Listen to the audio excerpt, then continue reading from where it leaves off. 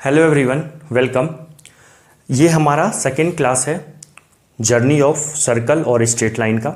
हम लोग इस पे एक क्लास कर चुके हैं जिसमें हम लोग स्ट्रेट लाइन और सर्कल के मिसलेनियस सवाल करेंगे, किए हुए हैं। 5 क्वेश्चन कर चुके हैं। आज हम लोग क्वेश्चन नंबर 6 से स्टार्ट करेंगे। ठीक है, तो देखते हैं क्वेश्चन नंबर 6।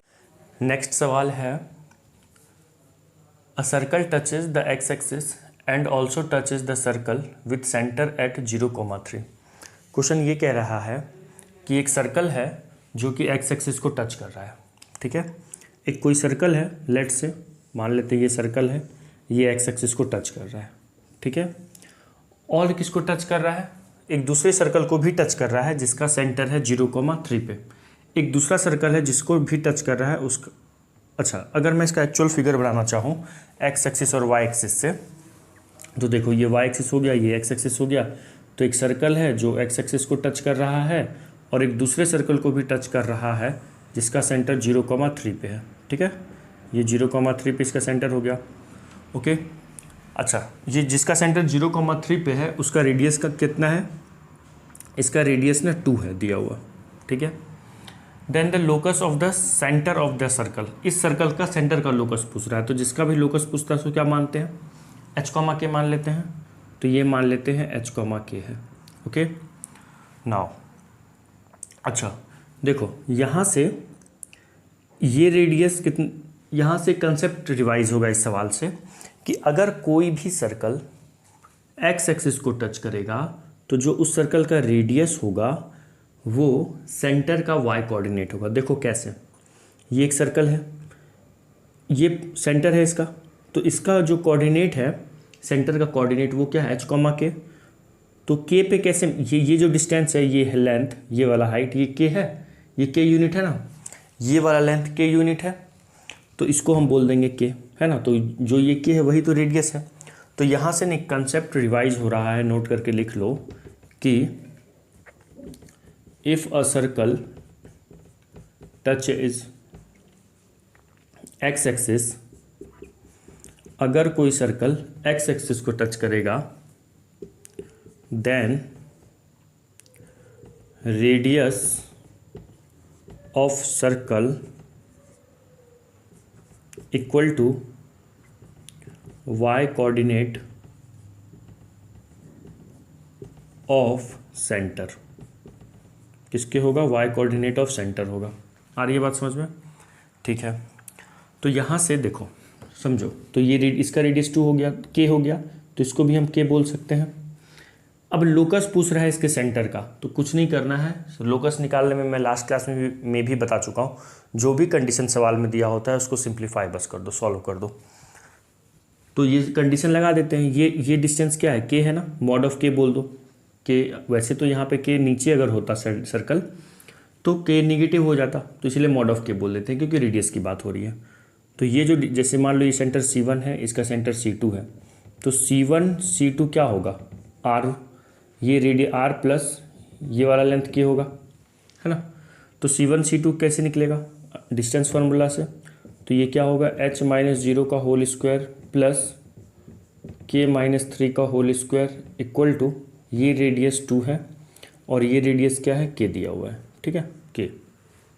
ओके, अब स्क्वायरिंग बोथ साइड कर दो। यहाँ से स्क्वायरिंग बोथ साइड, देखो h-0 तो h होगा, तो h का स्क्वायर और वहाँ हो जाएगा के। स्क्वायरिंग बोथ साइड करने से स्क्वायर रूट यहाँ से हट जाएगा, तो क्या होगा यहाँ पे बताओ? ये हो जाएगा h स्क्वायर प्लस, इसमें अब a माइनस बी का होल स्क्वायर लगा दो, a square plus b square minus 2ab equal to, इसमें यहाँ होल स्क्वायर करेंगे तो 2 प्लस के का होल स्क्वायर हो जाएगा, 4 प्लस के स्क्वायर प्लस 2ab, तो ये हो गया 4k। के स्क्वायर कट गया। ठीक है, तो हो गया h स्क्वायर, 4 को इधर लेके आएंगे, 9 माइनस 4 क्या हो जाएगा? 5।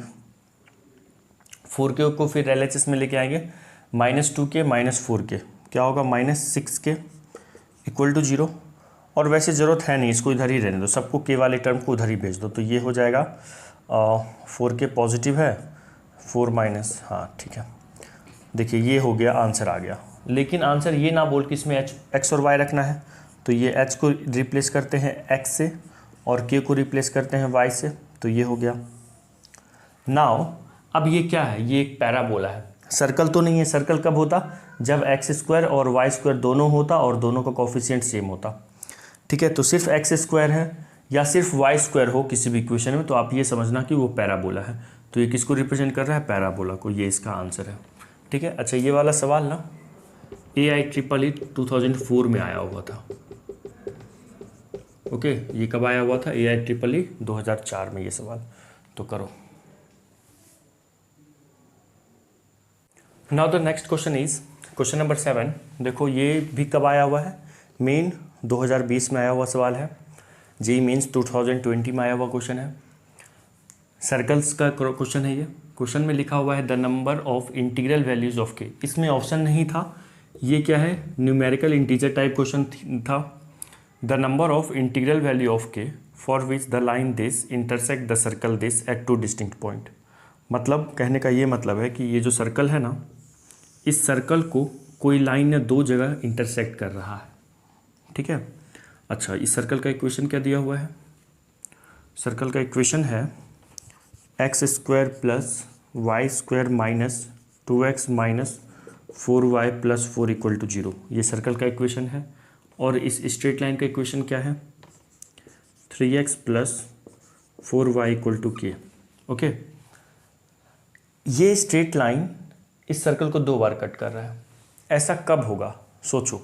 ऐसा तभी होगा ना कि इस सर्कल का ये जो डिस्टेंस है, ये मान लो सेंटर C है और ये डिस्टेंस m है, और मान लीजिए सर्कल का रेडियस क्या है, अपना r है। ठीक है, तो जब रेडियस ग्रेटर होगा CM से, मतलब सेंटर का डिस्टेंस इस स्ट्रेट लाइन से, तभी तो ये 2 बार इंटरसेक्ट करेगा। और अगर इक्वल होता है तो टच करेगा। अगर CM का डिस्टेंस मतलब CM का लेंथ रेडियस की इक्वल होगा तो ये टच टेंजेंट होते हुए पास करेगा। और अगर CM की लेंथ रेडियस से ज़्यादा होगा तो ये लाइन बाहर से पास करेगा। ये हम लोग जानते हैं। तो यहाँ पूछ रहा है कि k का कितना वैल्यू होगा, तो ये कंडीशन बस सॉल्व कर देना है। रेडियस की वैल्यू जो होगी, रेडियस बड़ी होगी सेंटर की डिस्टेंस इस स्ट्रेट लाइन से, तो सेंटर की डिस्टेंस, तो सेंटर क्या होगा इसका बताइए, सेंटर -g -f होता है। तो यहाँ पे g का वैल्यू क्या है, g का वैल्यू है -1 और f का वैल्यू क्या है, -2, है ना। कैसे हम लिखें, क्योंकि सर्कल का जनरल इक्वेशन क्या होता है, सर्कल के जनरल इक्वेशन से हम इसको कंपेयर कर दिए, x square plus y square plus 2gx plus 2fy plus c equal to 0। ये सर्कल का जनरल इक्वेशन होता है। तो जो x का कोफिशिएंट होता है वो 2g होता है। तो देखो x का कोफिशिएंट क्या है, -2, तो 2g किसके इक्वल है, -2 के, तो g का वैल्यू क्या हो गया, -1 हो गया। और अगर g -1 हो गया, और सिमिलरली f अपना क्या है, -2 है। ये आया समझ में यहाँ तक। चलिए अब आगे करते हैं। ठीक है, तो g और f का वैल्यू पता है, तो सेंटर क्या होता है, -g -f, g -1 है तो सेंटर हो गया इसका 1,2। ठीक है, अच्छा रेडियस क्या हो जाएगा इस सर्कल का, रेडियस क्या होता है, g स्क्वायर, रेडियस होता है g square plus f square minus c, जो जनरल इक्वेशन में होता है। g, f और c का वैल्यू यहाँ पे लेना है। तो g की वैल्यू क्या है, -1 का स्क्वायर 1, f का वैल्यू है -2 का स्क्वायर 4, और c का वैल्यू देखिए तो +4 दिया हुआ है, तो यहाँ पे माइनस तो फार्मूला का है और c का वैल्यू रख देंगे। 4 कैंसिल हो गया, तो रेडियस की वैल्यू कितनी आ गई, रेडियस की वैल्यू 1 आ गई। तो यहाँ से ये जो रेडियस है, रेडियस का वैल्यू, अच्छा रेडियस को स्मॉल r माने हुए है ना, तो स्मॉल r ले लो। ठीक है, तो ये रेडियस की वैल्यू CM से क्या होगी, बड़ी होगी। तो रेडियस, अच्छा सेंटर की डिस्टेंस इस लाइन से कितनी होगी, तो सेंटर क्या है यहाँ पे 1,2। तो किसी भी पॉइंट का किसी स्ट्रेट लाइन से जो परपेंडिकुलर डिस्टेंस होता है वो फॉर्मूला यहाँ पे लगा दो। तो ये रख देते हैं इसमें, 3 × 1 + 4 × 2 -k अपॉन √3 का स्क्वायर प्लस 4 का स्क्वायर, ये मॉड में हो जाएगा। और ये किससे छोटा है, 1 से छोटा है। तो देखो जरा, ये 3 + 8 माइनस के मॉड के अंदर, ठीक है, ये 3 का स्क्वायर 9, 4 का स्क्वायर 16, 9 + 16 25, स्क्वायर रूट में 25 आएगा तो क्या देगा, 5 देगा। अब हम क्या करेंगे, +5 को दोनों तरफ मल्टीप्लाई कर देंगे। तो पॉजिटिव नंबर मल्टीप्लाई करने से इनइक्वलिटी के साइन पे कोई फ़र्क नहीं पड़ता है। तो यहाँ पे क्या हो जाएगा, 5। आ रही है बात समझ में। ये कितनी हो गई, 11 - k की वैल्यू क्या है, 5 से छोटी है। अब सुनो, यहाँ से कंसेप्ट याद रखना, अगर मॉड एक्स की वैल्यू a से छोटा है तो x की वैल्यू ना माइनस a से a बिलोंग करता है। इसको नोट करके लिख लो, ठीक है। अगर मॉड एक्स का वैल्यू a से छोटा है तो x का वैल्यू माइनस a से a के बीच बिलोंग करता है, ये हमें पता है। तो यहाँ पे k 11 माइनस k का वैल्यू 5 से छोटा होगा, तो ये क्या होगा, 11 माइनस k 5 से छोटा और माइनस 5 से बड़ा, है ना। यहाँ तक आया समझ में। अब देखो क्या करेंगे, इसको पॉज करके लिख लो पहले, फिर उसको मैं बताऊँगा आगे क्या करना है।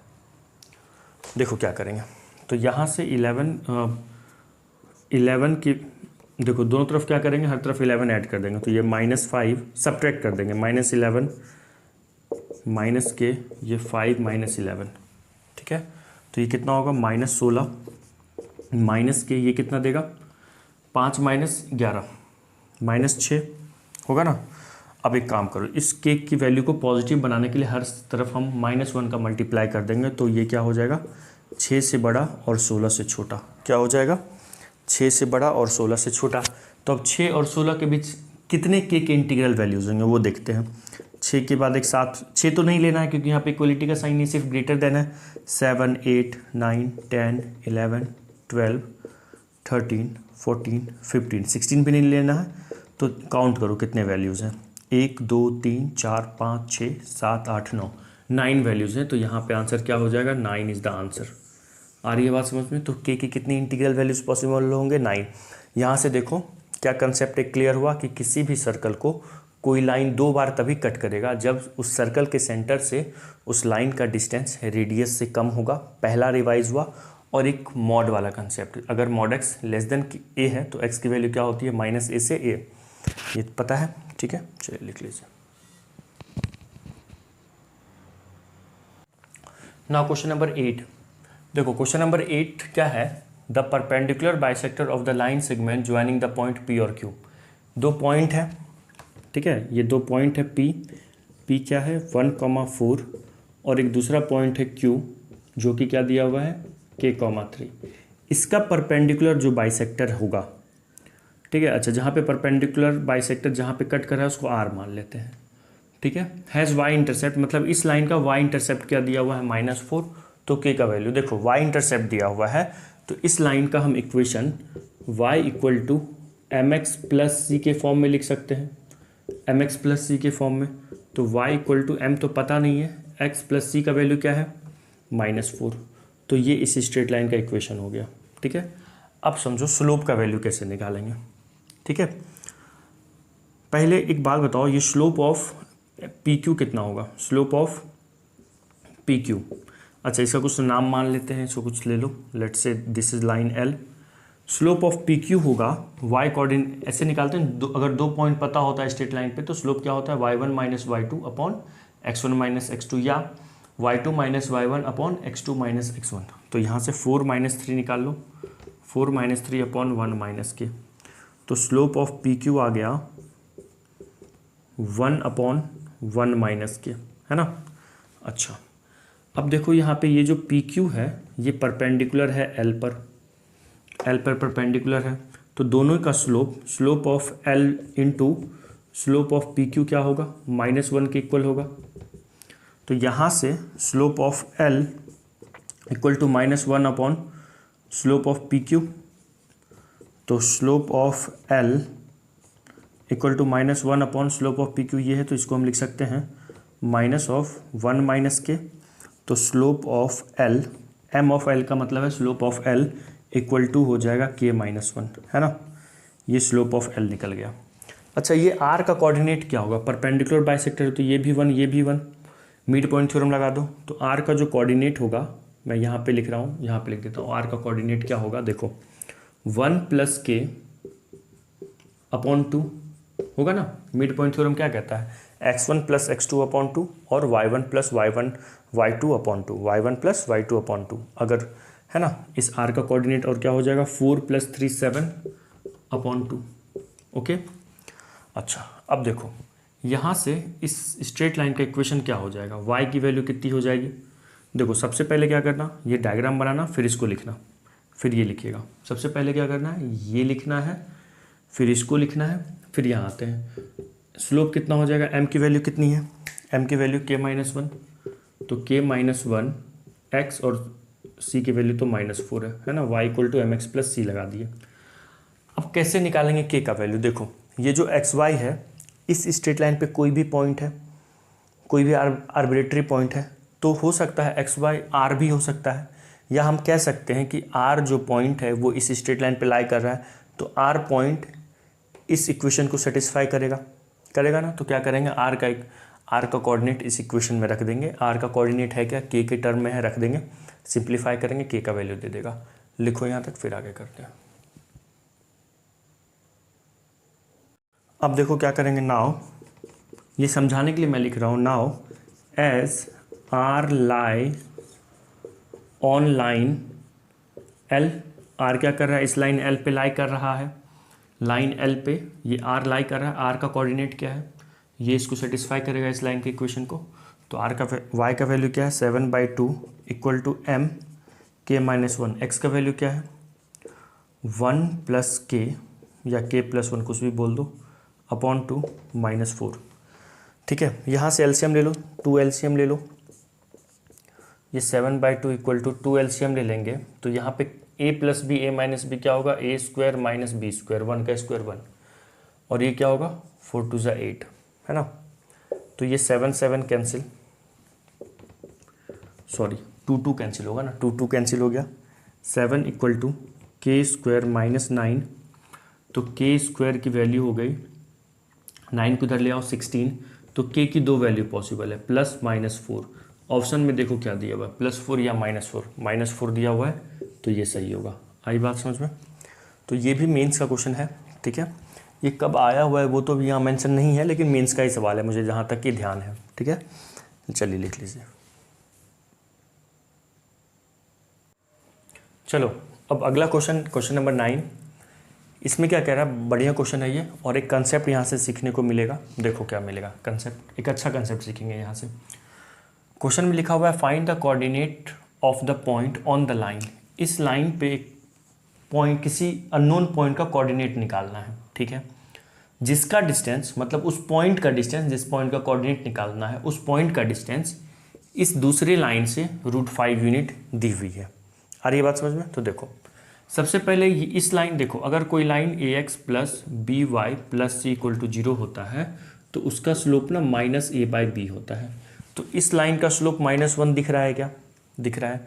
इस लाइन का स्लोप क्या है, -1/2। तो एक लाइन का स्लोप -1 है और दूसरे लाइन का स्लोप -1/2 है। ना तो स्लोप इक्वल है, ना ही स्लोप का मल्टीपल -1 के इक्वल है। मतलब ये दोनों लाइन जो दी हुई है ना तो पैरेलल है ना तो परपेंडिकुलर है, मतलब इंटरसेक्टिंग लाइन होगा। इंक्लाइन कुछ 90 डिग्री छोड़कर कुछ और एंगल बन रहा होगा, पैरेलल भी नहीं है। तो मान लेते हैं ये जो लाइन है, ये लाइन ऐसा है कुछ, x + 2y + 2 = 0। इस लाइन को एक दूसरा लाइन इंटरसेक्ट कर रहा है, ठीक है। इस लाइन का इक्वेशन क्या है, x + y + 3 = 0।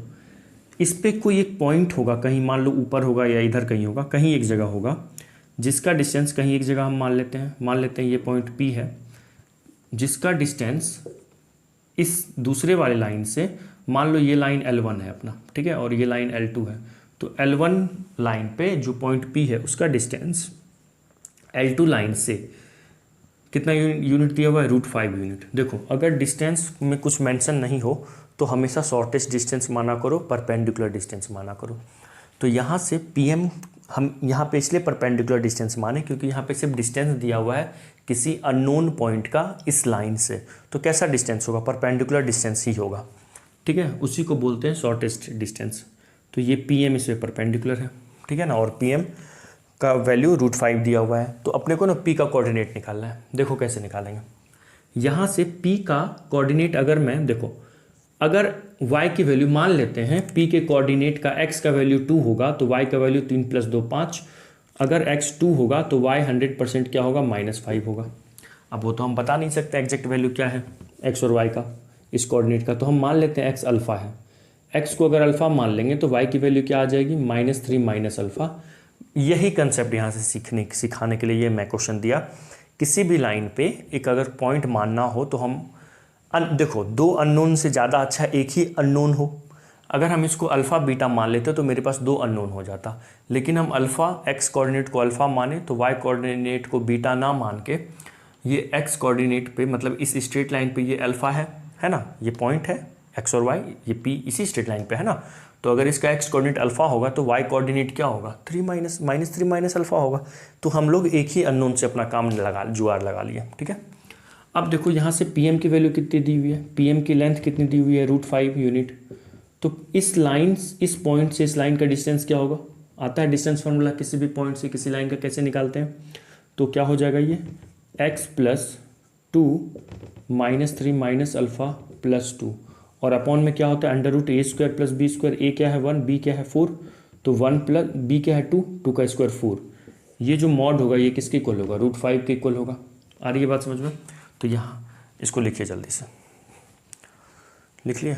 तो ये हो जाएगा अपने पास, कितना हो जाएगा देखो, अल्फ़ा -3 × 2 = 6 -6 -2 अल्फ़ा + 2 अपॉन √5 है ना, अपॉन √5 होगा, इक्वल टू में भी √5 दिख रहा है। तो क्या करो, इस √5 को, अपॉन वाले √5 को इधर ले आओ। तो अपने पास यहाँ पे क्या है, -अल्फ़ा -4 = 5 है ना, माइनस कॉमन ले लो तो अल्फ़ा + 4 हो जाएगा मॉड के अंदर है ना, = 5। तो ये माइनस, जैसे मान लो मैं लिखा -2 का मॉड 2, तो मतलब अगर हम माइनस कॉमन लिए हैं तो मॉड की वजह से ये माइनस हट जाएगा, मॉड माइनस को खा लेता है, ऐसा याद रखो। तो ये क्या हो जाएगा, अल्फ़ा + 4 = 5 मॉड के अंदर। अब देखो, कभी भी किसी अननोन को मॉड से बाहर निकालो तो प्लस माइनस में निकालो। तो अल्फ़ा + 4 चाहे इधर प्लस माइनस लगा दो या 5 की तरफ लगा दो, = +-5। तो अगर हम x + 4 = +5 कंसीडर करेंगे तो अल्फ़ा की वैल्यू 1 आ जाएगी, है ना, ध्यान देना, ठीक है।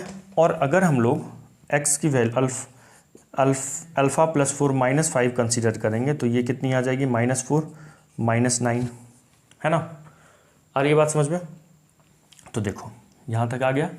अब क्या करेंगे, तो अल्फ़ा का क्या क्या वैल्यू आ गया है, ये नहीं लिखे होगा तो वीडियो को पीछे करके लिख लो।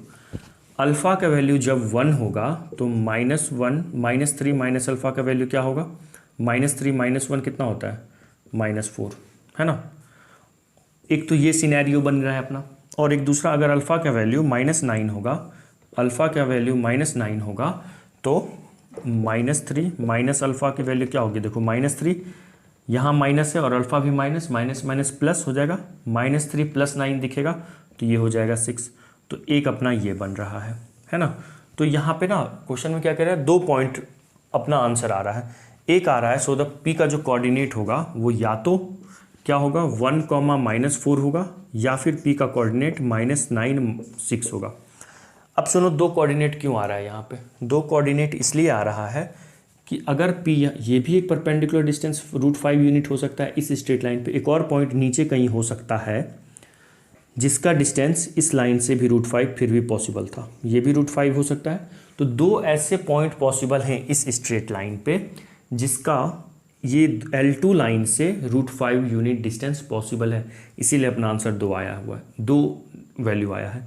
तो अगर ये P है तो इसको R मान लो, P, अगर ये कोऑर्डिनेट हम लोग 1, -4 ले लेते हैं तो R को क्या ले लो, -9, 6 ले लो, है ना। चलो इसको R मान लेते हैं। आया समझ में। तो इस सवाल से हम लोग क्या क्या सीखे, किसी भी लाइन पे अगर कोई कोऑर्डिनेट मानना हो तो एक को अल्फ़ा लेंगे तो दूसरे y को कोऑर्डिनेट को अल्फ़ा के ही टर्म में हम मान सकते हैं, स्ट्रेट लाइन में अल्फ़ा रख के, ये सीखें। और दूसरा कंसेप्ट क्या सीखें कि 2 आंसर यहाँ से क्यों आ रही है, क्योंकि 2 पॉइंट पॉसिबल होगी यहाँ पे जो इस L2 लाइन से √5 यूनिट डिस्टेंस पे होगी। आया समझ में, लिख लो। तो ये अपना आंसर है।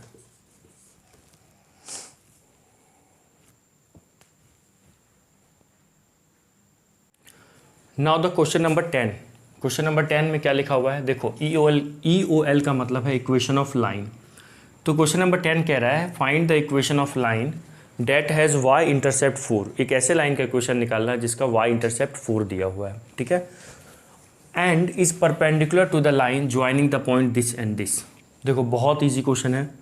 एक स्ट्रेट लाइन है जो कोई 2 पॉइंट, मान लो एक पॉइंट A है, इसका कोऑर्डिनेट है 2, -3 और एक पॉइंट बी है जिसका कोऑर्डिनेट है 4,2। एक ऐसे लाइन का इक्वेशन निकालना है जो इस पे परपेंडिकुलर है, ठीक है। इस लाइन का इक्वेशन निकालना है। इसका इक्वेशन है y इक्वल टू मान लेते हैं mx प्लस सी। अच्छा, c का वैल्यू क्या होगा, देखो 4 दिया हुआ है, mx प्लस सी। c क्या होता है, y इंटरसेप्ट होता है, तो ये हो गया। अब इस स्ट्रेट लाइन के इक्वेशन में क्या अननोन है, स्लोप अननोन है ना, m नहीं पता है। इस लाइन का मान लो ये l है, तो स्लोप ऑफ ए बी क्या होगा, स्लोप ऑफ ए बी जो होगा, स्लोप ऑफ ए बी क्या होगा बताओ, -3 -2 अपॉन 2 -4, है ना। अगर किसी स्टूडेंट को नहीं पता है तो समझो, अगर कोई भी स्ट्रेट लाइन पे दो पॉइंट पता है, एक पॉइंट है x1 y1 और दूसरा पॉइंट है x2 y2, तो उस लाइन का, इस लाइन का स्लोप हो जाएगा y1 minus y2 upon x1 minus x2, या फिर कह सकते हो y2 minus y1 upon x2 minus x1। अगर ऊपर y1 में y2 को सेपरेट किए हैं तो नीचे x1 में करो। या ऐसा मत कर देना कि ऊपर y1 माइनस y2 और नीचे x2 माइनस x1, ऐसा नहीं। यहाँ y1 तो यहाँ x1, मतलब इधर वाला माइनस इधर वाला, या दिस माइनस दिस, ओके। तो यही कंसेप्ट हम यहाँ पे अप्लाई किए हैं। तो -3 -2 और 2 -4 हो गया। ये कितना होगा, -5 अपॉन -2, ये कट गया तो ये आ गया 5/2। तो स्लोप ऑफ ए बी क्या हो गया, 5/2। तो वहाँ से तो देखो स्लोप ऑफ ये जो लाइन L है, ये जो लाइन L है इस पे परपेंडिकुलर है ए बी पे। तो अगर इस लाइन का स्लोप m होगा तो L का स्लोप क्या होगा, -1/m होगा, है ना। तो इस लाइन का स्लोप क्या है, 5/2। तो L का स्लोप क्या होगा, यहाँ पे m का वैल्यू क्या हो जाएगा, माइनस में 2/5, माइनस में 2/5 होगा ना, माइनस में 2/5। तो लाइन का इक्वेशन क्या हो जाएगा इसका, y equal to mx, m क्या है -2/5, mx प्लस सी क्या है 4, है ना। हो गया सिंपल। मतलब इस क्वेश्चन से ये रिवाइज हो गया अपना कि किसी भी लाइन पे अगर दो पॉइंट पता है तो उस लाइन का स्लोप कैसे निकालेंगे, और अगर उसके परपेंडिकुलर कोई दूसरा लाइन है तो स्लोप में क्या रिलेशन होता है, m1 इंटू m2 -1 होता है। अगर दो लाइन परपेंडिकुलर है तो उनके स्लोप का रिलेशन होता है, क्या होता है, स्लोप का मल्टीपल -1 के इक्वल होता है, ठीक है। तो ऐसा नहीं कि सर कोई, देखो मैं कोई भी सवाल बहुत अच्छा रहता है, कंसेप्चुअल रहता है, टफ रहता है, और कोई ईजी रहता है, तो मिसलेनियस क्वेश्चन चलेगा अपना, समझ रहे हो ना, मिसलेनियस चलेगा। कोई बहुत ईजी लगेगा, कोई बहुत टफ लगेगा। अब मैं इसके बाद ना 3 क्वेश्चन होमवर्क दे रहा हूँ, होमवर्क मत बोलो, क्लास वर्क दे रहा हूँ। अभी तुरंत वीडियो को पॉज करो। 10 नंबर है, 11, 12 और 13, ये 3 क्वेश्चन अभी आप लोगों को खुद से करना है, इसको लिख लो। नाउ बच्चों 3 सवाल करने हैं, ये खुद से करने हैं, बहुत इजी क्वेश्चन है, स्ट्रेट लाइन का तीनों क्वेश्चन है। मैं इसलिए दिया हूँ ताकि आपका कुछ कंसेप्ट एक बार रिवाइज हो जाए, ठीक है। देखो 11, 12 और 13 क्वेश्चन दिया हूँ, उनका आंसर्स भी मैं लिख दिया हूँ, ठीक है। तो एक बार सवाल पढ़ लो फिर बताते हैं। तो देखो जो पहला क्वेश्चन है, EOL का मतलब है हर जगह, देखो EOL लिखा हुआ है ना, इसका मतलब है इक्वेशन ऑफ लाइन, ठीक है। और EOC को मैं, इक्वेशन ऑफ सर्कल को मैं EOC शॉर्ट में लिखा करूँगा। ये जो हमारा पूरा वीडियो सीरीज चलेगा उसमें EOL को इक्वेशन ऑफ लाइन और EOC को इक्वेशन ऑफ सर्कल। देखो क्वेश्चन में है, पहला क्वेश्चन कह रहा है एक ऐसे लाइन का इक्वेशन निकालना है जो परपेंडिकुलर है AB को ज्वाइन करने वाले लाइन पे परपेंडिकुलर है, ठीक है ना। परपेंडिकुलर ही नहीं है, परपेंडिकुलर बाइसेक्टर है यहाँ पे, मतलब ये बीच से पास कर रहा होगा। तो देखो AB लाइन का जो स्लोप होगा ना, उसका रेसिप्रोकल में माइनस का, मतलब दो लाइन अगर परपेंडिकुलर होते हैं ना तो उनके स्लोप का क्या रिलेशन होता है वो लगा देना, तो रिक्वायर्ड लाइन का स्लोप आ जाएगा। और अगर ये परपेंडिकुलर बाइसेक्टर है तो जो रिक्वायर्ड लाइन इस पॉइंट से पास कर रही है, मिड पॉइंट थ्योरम लगा के ये पॉइंट निकाल लेना, और फिर पॉइंट स्लोप फॉर्म लगा के इस लाइन के क्वेश्चन निकाल लेना, आंसर आ जाएगा। पहला हिंट कर दिया। दूसरा क्वेश्चन है, एक लाइन है जो इस गिवन लाइन के पैरेलल है, ठीक है। तो उस अननोन लाइन है, उसका इक्वेशन निकालना है।